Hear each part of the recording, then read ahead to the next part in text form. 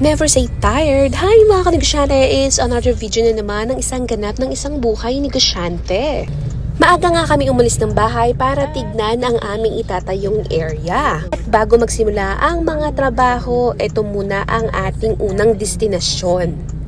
Sa 100% accomplishment, nasa 0.5 pa lang naman tayo. Pero ganun talaga, step by step, dahan-dahan. Wala naman tayong hinahabol na due date, pero meron tayong ginagawang goal. At dito nga binababa yung magiging buhangin para sa ating itatayong poste. Pero bago nga kami magtayo ng poste dyan, kailangan namin tambakan ng ilang dump truck na mga bato at mga graba ang area dahil sobrang lalim niyan. Lagpas tao bago magpantay sa mismong road. Kaya medyo malaki-laki din ang ating gagastusin dyan. Pero sige lang, go! Dahil walang imposible sa taong dumidiskarte. So ayan ang pasilip sa itatayo nating goal for this year of 2025 to 2026. At pagkatapos nga masilayan yan ay dumiretso kami dito sa tindahan at pagkadating namin marami palang naghihintay sa amin na mga suki. Wow, alas 9 pa lang ng umaga, may mga blessing agad. May mga nagbayad at may mga nag-installment nung araw na yan at nung oras na yan. Kaya naman for the assist ang inyong tinderella.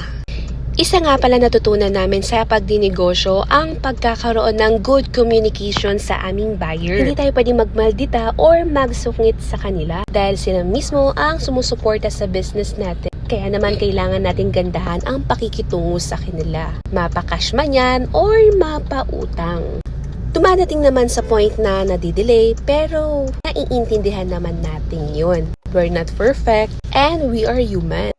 May mga unexpected na bagay talaga na nangyayari sa atin. Kaya naman sa ganon, kailangan natin magkaroon ng good communication sa buyer kung malate man yan sila or hindi. Kailangan natin kausapin ng maayos. At never threat them ng mga bad things na pwede mong gawin. Illegal yon. And back to the video nga. Ito nga pala ang kanilang kinuha. Ang isang twin tub sharp washing machine at ang ating sealable na Fuji Denso single tub na washing machine.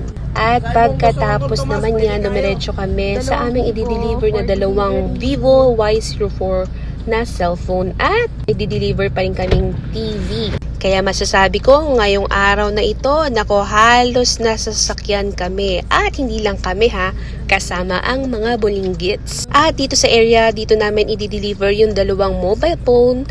Hinihintay lang namin bumaba ang may-ari niyan. Next up, i-deliver natin ang television na 32 inches basic TV. At dahil nasa mood si Mr. na mag-install ng TV, yan, for the install ang ating tinderelo. So, paano? Ito ang ganap ng isang buhay negosyante. Kaya naman ikaw, anong ganda ng araw mo? I-share mo naman yan.